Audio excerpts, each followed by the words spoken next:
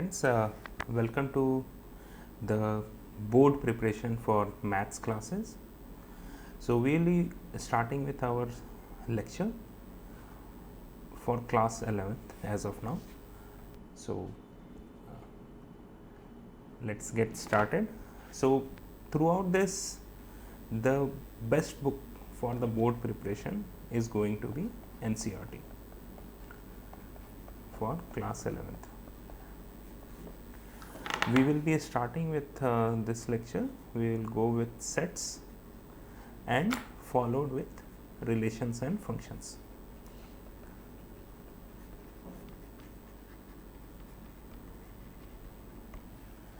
तो इन दोनों सब्जेक्ट्स को हम लोग पहले पढ़ेंगे, इनके सारे डाउट्स करेंगे, जितने भी मोस्टली हम लोग NCERT बुक को ही फॉलो कर रहे होंगे और आपको भी आई स्टिल विल रिकमेंड कि you go head and read NCERT.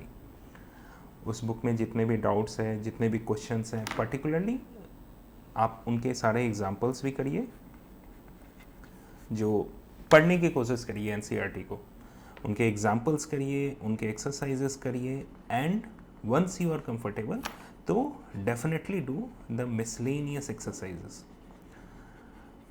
The question is miscellaneous exercises में जो क्वेश्चन है that is at a very good level, and if you are able to complete it, अगर आप उन सारे questions को कर सकते हो, you will be able to get very good result, not only particular to class 11th और 12th and at a board level, but उसके NCERT के मिसलेनियस एक्सरसाइजेस इतने अच्छे हैं कि इवन JEE मेन या JEE एडवांस लेवल पे it can help you, it will clear all the concepts.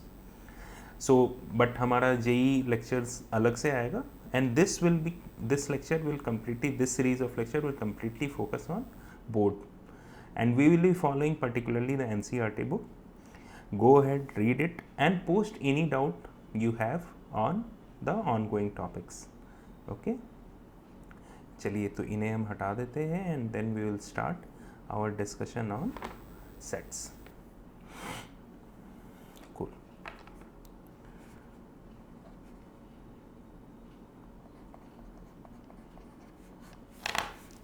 So let's understand what exactly set is.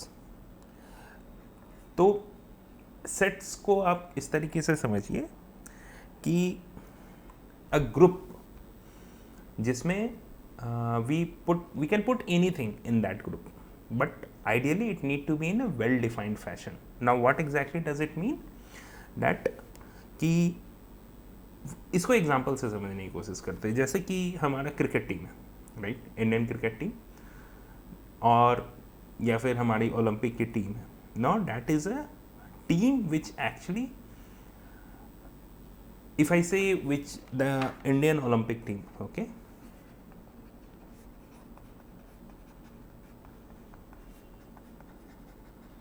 या फिर if I say Indian cricket team, है ना. सो ये जब भी हम बोलेंगे तो आपके दिमाग में एक फिक्स सेट ऑफ लोग आ जाएंगे. You can relate to that कि यार yes, these are the players who represent Indian cricket team, these are the players who represent Indian Olympic team.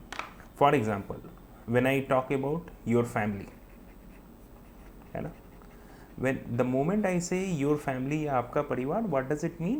That you will say or think about, hey, okay, मेरे family में मेरे mother है, मेरे father है, मेरे brothers, मेरे sisters, मेरे grand mom, मेरे ग्रैंड डैड, है ना, ये सारे मेरे फैमिली में, और हम लोग खुद भी, राइट. सो सिमिलरली सेट क्या होता है? तो set is simply a group of well defined objects. Now ये ऑब्जेक्ट्स, इसको कभी हम मेंबर्स कह सकते हैं, तो हम लोग इंटरचेंजेबली यूज़ कर रहे होंगे. सो sometimes we say that okay, sets के objects ये है, sometimes we said sets के members ये है. So don't get confused, it exactly mean the same thing. Also sets को in general हम लोग capital letter से ही represent करते हैं. So let's say if I say A, so A is a set. Okay, similarly I can name it anything, I can name it B, I can name it alpha. Okay, so ये इस form में आ रहा है तो alpha is a set. In general हम लोग single notation use करते हैं, बट ऐसे भी कर सकते हैं। Set will always be represented in capital letters. Okay, I can represent x and I can give the members of the set in this curly bracket और मिडिल ब्रैकेट। तो इसे हम क्या कहते हैं? मिडिल ब्रैकेट आप लोगों ने पढ़ा होगा बोर्ड मास जब पढ़ रहे होंगे, तो या फिर कर्ली ब्रैकेट, आप लोग कोई भी नाम इसे बोल सकते हैं। तो x is a set, we give this colon and उसके बाद हम ये middle bracket and curly bracket देते हैं and the members of the set, इसमें कॉमा यूज करके we write them down. Okay, so if think about, okay, if I say Indian cricket team, now Indian cricket team थोड़ा सा vague term हो जाता है, because are we talking about only the present set of players or we are talking about past set of players also, right? अभी की हम बात कर रहे हैं या पहले की बात कर रहे हैं, तो सेट को थोड़ा सा और वेल डिफाइंड फॉर्म में एक्सप्लेन करना होता है सो डैट कोई कंफ्यूजन ना हो। Will take a example. सबसे पहले हम will delete this. I hope this is clear, so let's get rid of it. So think about that, if I say there are prime numbers, A is a set of prime numbers less than 10, है ना? वो ऐसे prime number बताइए जो 10 से कम हो। तो हम इसे कैसे लिख सकते हैं? 1 प्राइम नंबर नहीं है, 2 होगा हमारा, 3, 5, 7, डेट्स इट। अब सेट में 2-3 खूबियाँ होती है। सबसे पहले ऑर्डर इज नॉट इम्पॉर्टेंट, ये पॉइंट आप लोग ध्यान रखिएगा, this is a important point. Order is not important. Okay, so हम इसको इस तरीके से भी लिख सकते हैं and this will exactly be the same thing, 7, 2, 3, 5। This also represent the same set such that prime numbers are less than 10। तो ऑर्डर किस तरीके से, किस श्रृंखला में आपने लिख रखा है इस प्राइम नंबर्स के सेट को, ये इम्पॉर्टेंट नहीं होता है। ओके, ठीक है। जैसे एक और एग्जांपल हम लोग ले लेते हैं, है ना? फॉर एग्जांपल अगर हम बोल रहे हैं कि natural numbers B is a set of natural numbers. Now natural number we know it starts with 1, 2, 3, 4, but हमें इधर भी ब्रैकेट डालना है, बट इसे कहाँ तक रोके, right? I mean we know that natural numbers go till infinity, right? तो हम सबको तो नहीं लिख सकते, है ना? हमारा पन्ना ही भर जाएगा, राइट? कितने तक जाएंगे? कॉपी भी भर जाएगा, 4-5 कॉपी खरीद लो, 10 कॉपी खरीद लो, but still you are not going to write all the natural numbers in that thing. So we simply put dot dot dot. What this dot dot dot means, ये dot dot dot क्या represent करता है कि this is a continuous set, continuous series. Okay, so this will go on, ये चलता जाएगा, चलता जाएगा। तो 2 चीज़ जो सबसे इंपॉर्टेंट है सेट में, एक कि ऑर्डर इज नॉट इम्पॉर्टेंट, साथ ही साथ हम एक वेल डिफाइंड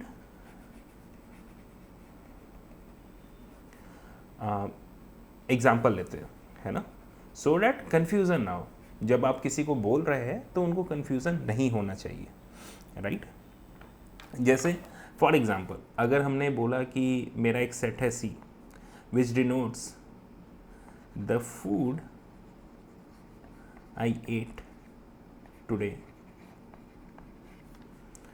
Now इस C में I can write, okay, I had rice, I had dal, I had sabji, right? I had roti. But the moment I remove this today from here, okay, let's say I just remove today. Now this is a ambiguous statement. इसका मतलब क्या है कि the food I ate today, है ना? तो the food I eight, अब ये I8 ये तो किस दिन का बोल रहा है ये हमें नहीं पता है, क्या ये मेरे पूरे होल लाइफ टाइम का बोल रहा है। बट जैसे ही हम इसके साथ टुडे बोल देते हैं, मतलब आज हमने क्या खाया, आप इसको और स्पेसिफिक कर सकते हैं, the food I ate today during lunch, lunch में हमने क्या खाया, तो ये और स्पेसिफिक हो जाएगा। सो ट्राई, जब भी हम सेट की बात करते हैं तो हमेशा और हमेशा स्पेसिफिक होने का ट्राई करिए। आप वेग स्टेटमेंट अगर दोगे, जैसे आप अपने दोस्त से भी पूछ सकते हो, जैसे आप ऐसा सिंपल सा एक टर्म लो कि आपने अपने दोस्त से पूछा है कि आज तुमने क्या खाना खाया, तो उसका क्वेश्चन जरूर आता है। तुम आज के बारे में पूछ रहे हो, दिन के बारे में पूछ रहे हो, कल के बारे में पूछ रहे हो, क्यों? क्योंकि that question is not clear. जैसे अगर आपने पूछा कि इंडिया इंग्लैंड में मैच जीता था, तो अगला क्वेश्चन क्या आता है, कब की बात कर रहे हो, because this has happened a lot of times. Are you talking about any particular year, और you are talking about any particular match, are you talking about any event कि वर्ल्ड कप में जीता, कब जीता, राइट? तो जितना specific हो सकते हैं आप एज ए कम्युनिकेशन अपने फ्रेंड लोग से बात करिए, उनसे पूछिए कि क्या ये सेट हो सकता है। सेट का डेफिनेशन ट्राई करिए बोलने का अपने दोस्त लोगों में। जैसे कि आप अपने पापा से भी पूछते हो कि पापा हम लोग एक बर्थडे में गए थे और हम लोगों ने ये गिफ्ट दिया था, तो वो पूछेंगे किसके बर्थडे में गए थे। या फिर अगर आप बताओगे कि हमने ये गिफ्ट दिया था, हमने एक फ़ोटो फ्रेम दिया था गिफ्ट, तो वो बताएंगे अच्छा हाँ उनके बर्थडे में दिया। तो आपको इन्फॉर्मेशन इनफ प्रोवाइड करनी पड़ेगी। You have to provide enough information to specify कि yes we are talking about that only and that only, इसके अलावा कुछ भी नहीं। ठीक है, कूल।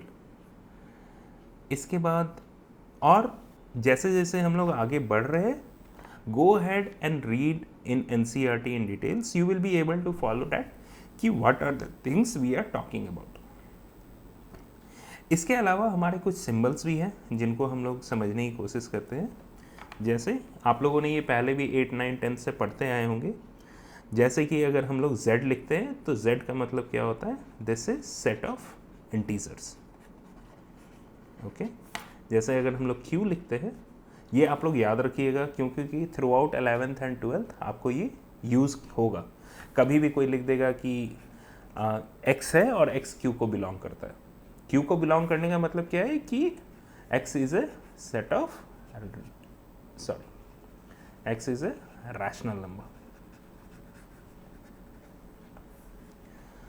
अगर हम r बोलते हैं तो r का क्या मतलब होता है, सेट ऑफ रियल नंबर्स।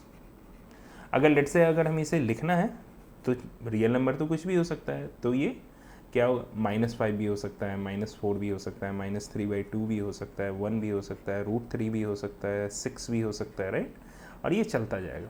और हमें डॉट डॉट डॉट डॉट क्यों देना है, बिकॉज हम इसे कंप्लीट नहीं कर सकते, है ना? इसलिए हम ये कंटिन्यूसन में जाए, इसलिए हम बस डॉट डॉट डॉट लिख देते हैं। सिमिलरली इसमें एक टर्म आ जाता है Z+। का क्या मतलब हो जाता है, Z+ हमारी, आपने गवर्नमेंट एजेंसीज के थ्रू सुना होगा कि that is a form of security. But maths में क्या होता है, Z हमारा क्या हो जाता है, integer, and when I talk about Z+, it means positive integer. Okay, so ये हमारा स्टार्ट हो जाएगा 1, 2, 3, 4 से लेके इन्फिनिटी तक, है ना?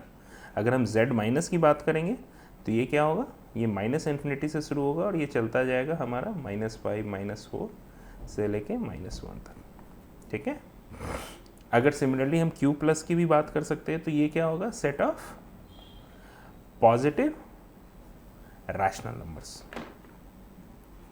Okay, cool. ठीक है, यहाँ तक आई होप आप लोगों को कोई डाउट नहीं होगा।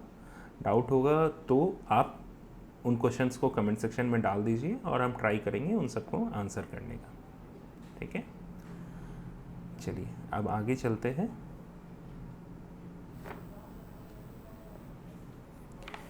तो सेट को डिफाइन करने का सेट को डिफाइन करने का 2 तरीका होता है। जब भी हम सेट लिखते हैं तो हम इसे 2 तरीके से डिफाइन कर सकते हैं। एक तो हमारा हो जाता है रोस्टर फॉर्म, और एक हो जाता है हमारा सेट बिल्डर फॉर्म।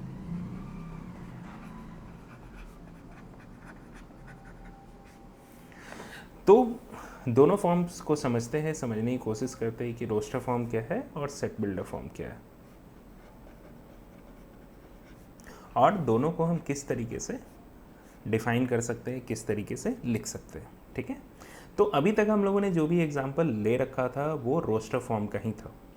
इसका मतलब है कि जब भी हम अगर सेट, ये सेट के रिप्रेजेंटेशन का है फॉर्मेट, है ना, कि हम किस तरीके से रिप्रेजेंट कर सकते हैं सेट को। जैसे फॉर एक एग्जांपल कि let's talk about all integers which divides 42, set of all integers। ठीक है, तो हमने बोला कि इस सेट का नाम A है, राइट। अब ये हम लोगों ने, ये रोस्टर फॉर्म है, हम लोग रोस्टर फॉर्म पढ़ने के बाद सेट बिल्डर फॉर्म ही देखेंगे किस तरीके से इसे लिख सकते हैं। तो हमने सबसे पहले सेट का नाम दिया कि ठीक है ए एक सेट है, ये स्टार्टिंग ऑफ सेट हो जाता है। और 42 को कौन कौन सा एलिमेंट डिवाइड करते हैं आप बताइए। एक तो हमारा 1 हो जाएगा, 2 भी होगा, 3 भी होगा because sum of element gets divisible by 3, 4 नहीं होगा, 5 नहीं होगा, 6 होगा बिकॉज 6 इंटू 7 इज 42, तो 7 भी होगा। 7 के बाद सीधा 21 होगा एंड 42 भी होगा, राइट। तो we will write 1 2 3 6 7 21 and 42. So this is the roster form of representation.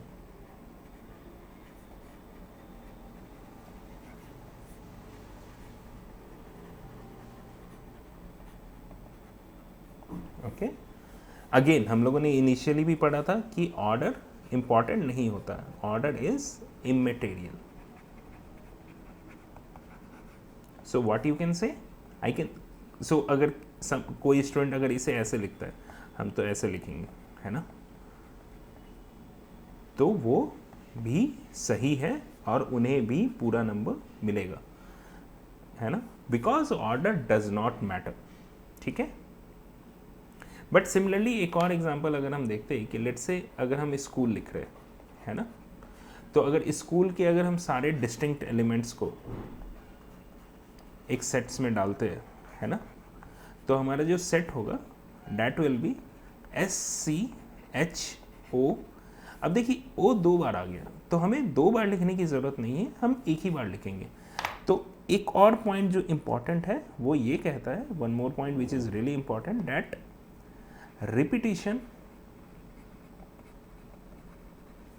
in general is not done in set। ठीक है, इन जनरल जैसे कि अगर मान लीजिए हमें बोला गया कि x square minus 2x plus 1 का सॉल्यूशन जो होगा वो एक सेट का पार्ट है। ठीक है, तो हमने बोला ठीक है, तो ये तो मेरा एक सी सेट हो गया। अब इसको अगर हम सॉल्व करेंगे तो ये लिखा हुआ है x minus 1 into x minus 1 equal 0, right. तो एक्स राइट, तो यहाँ पे हमारा क्या हो जाएगा, हमारा सॉल्यूशन क्या होगा, x इक्वल टू 1। अब हम यहाँ पे ये नहीं बोलेंगे कि हमारा चूंकि 2 सॉल्यूशन है 1 एंड 1, तो हम यहाँ पे 2 बार लिख देंगे 1 एंड 1, नहीं। हमारा सॉल्यूशन चूंकि सेट में एक ही एलिमेंट होता है और जनरली हम रिपीटिशन नहीं करते, तो हमारा जो सी सेट होगा that only will include 1 element and that will be 1। Is it clear? कोई डाउट कहीं भी, है ना। चलिए इसे हम मिटा देते हैं और हम लोग सेट बिल्डर फॉर्म की तरफ चलते हैं। ठीक है, कूल। जैसे अगर आप यहाँ पे, कुछ लोग कंफ्यूज हो रहे थे, उन्होंने बोला कि x square minus 2x plus 1 का सर आपने डायरेक्टली सॉल्यूशन कैसे लिख दिया, तो हम x minus 1 into x minus 1 अगर करेंगे तो 0 होता है। आप मल्टीप्लाई करके देख सकते हैं, x square minus x plus 1 equal 0, यही होगा हमारा x square minus 2x plus 1 equal to 0। ये सिंपल फैक्टराइजेशन है ना। आई होप इसमें आपको दिक्कत नहीं हुआ होगा, ठीक है। चलिए ओके,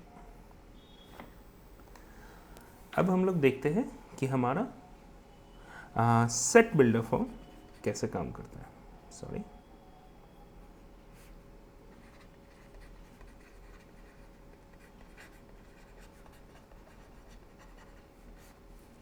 सेट बिल्डर फॉर्म क्या कहता है कि इन जनरल हम किसी भी सेट को टेक्सचुअल फॉर्म में लिखते हैं। मीन्स हम अगर हमें यही बोलना है कि A is a set which is a integer, ठीक है, तो हम इसे कैसे लिखेंगे टेक्सचुअल फॉर्म में? A इज ए सेट, यहां पे भी हमारा कर्ली ब्रेस ही आएगा और हम बोलेंगे X, और X क्या है? X is a member and X belongs to integer. Okay, तो यहाँ पे अब इसे समझने की कोशिश करते हैं। या तो एक तरीका था जो हमारा रोस्टर फॉर्म कहता है कि हम डायरेक्टली यहाँ पे लिख सकते थे माइनस इन्फिनिटी से लेके -5 -4 से लेके 0 1 2 3 से लेके इन्फिनिटी तक, राइट। ये भी एक तरीका है हमारा सेट लिखने का, लेकिन ये हमारा क्या था? रोस्टर फॉर्म था, राइट। इन जनरल हम लोग रोस्टर फॉर्म में इस तरीके से लिखेंगे, बट हमारा सेट बिल्डर फॉर्म क्या होता है? अब यहाँ पे ये समझते हैं, ये जो हमारा कोलन है इसे हम पढ़ते हैं such that,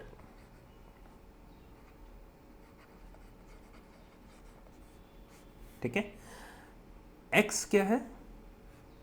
member,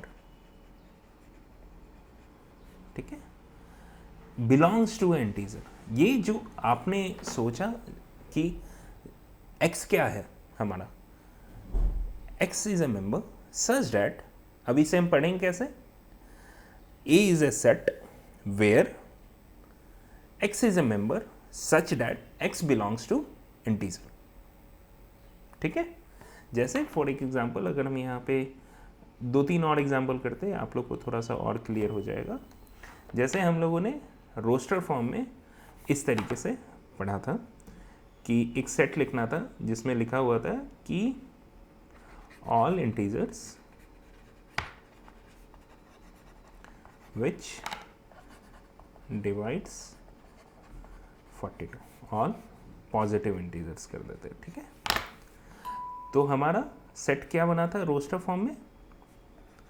1 2 3 6 7 21 and 42, right. इसे अगर हमें, ये हमारा हो गया था रोस्टर फॉर्म। अगर इसे ही हमें सेट बिल्डर फॉर्म में लिखना है तो इसे हम कैसे लिख सकते हैं?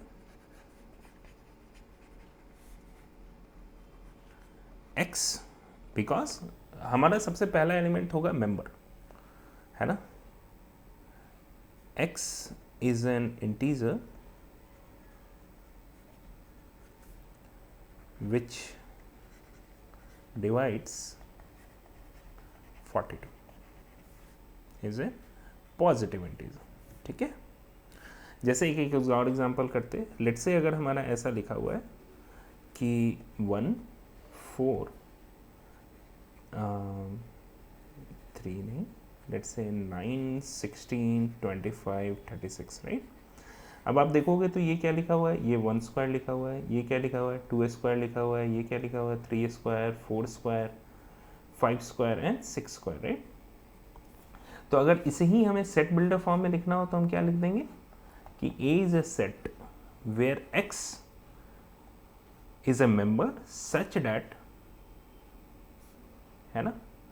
लेकिन X तो हमारा ये है ना, राइट। 1 4 9 ये लिखा हुआ है, तो हम यहाँ पे क्या कर देते हैं? एक्स स्क्वायर कर देते हैं और हम यहाँ पे x को दे देते हैं this is equal to this,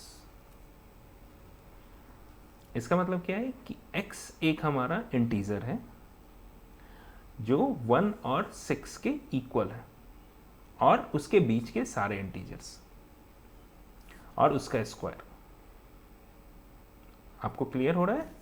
जैसे अब हम इसे कैसे पढ़ेंगे, x 1 और 6 के बीच में है तो x क्या क्या वैल्यू ले सकता है, x हमारा 1 ले सकता है, x हमारा 2 ले सकता है, 3 ले सकता है, 4 ले सकता है, 5 ले सकता है एंड 6 ले सकता है। हमें यहाँ पे इक्वल साइन भी डाल रखा है बिकॉज वो 36 तक जा रहा है, राइट, और 1 भी है। और हमने यहाँ पे एक्स स्क्वायर क्यों लिखा, क्योंकि इन सब का स्क्वायर है वो वैल्यूज़, वो मेंबर, तो हमेशा और हमेशा यहाँ मेंबर रिप्रेजेंट होता है। एक और एग्जांपल करते हैं, आपको और क्लियर हो जाएगा। ठीक है, जैसे लेट्स से कि x इज एक सिंपल सा एग्जांपल लेते हैं, 3, 5, 7, 9, 11। ये क्या दिख रहा है हमें, these all are odd numbers, right. तो हम इसे क्या लिख सकते हैं, अगर सेट बिल्डर फॉर्म में लिखना है तो सबसे पहले ये x तो होगा नहीं, सबसे पहले अगर सेट है तो कैपिटल लेटर में आना चाहिए। तो इस फॉर्म में हम क्या लिखेंगे, सबसे पहले x, because x is a member such that x is an odd number less than 13। कुछ लोग इसे ऐसे भी लिख सकते हैं, x is a member such that x is an odd number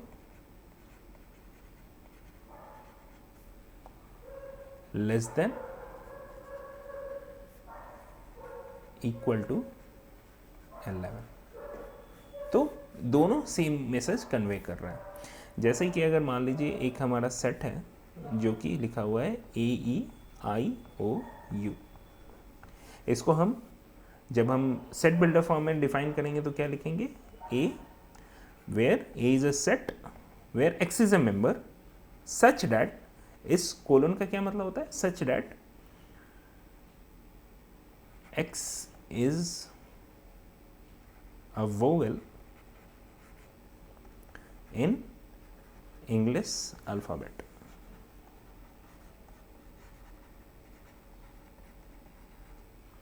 okay, I hope आपको यहाँ तक क्लियर होगा। और इसी के साथ आप एनसीईआरटी का पहला एक्सरसाइज भी कर सकते हैं, उनको समझने की कोशिश करिए, उनको पढ़िए, और कोई भी डाउट हो आप एक सिंपल सा फ़ोटो लेके कमेंट सेक्शन डाल सकते हैं या फिर क्वेश्चन नंबर बोल दीजिए, हम ट्राई करेंगे उसे आंसर करने का। ओके, और एक्सरसाइज से भी हम 1-2 क्वेश्चन उठाकर ट्राई करते हैं एक सीरीज़ में डाल के आपको क्वेश्चंस के कुछ आंसर्स देने के। Okay, thank you.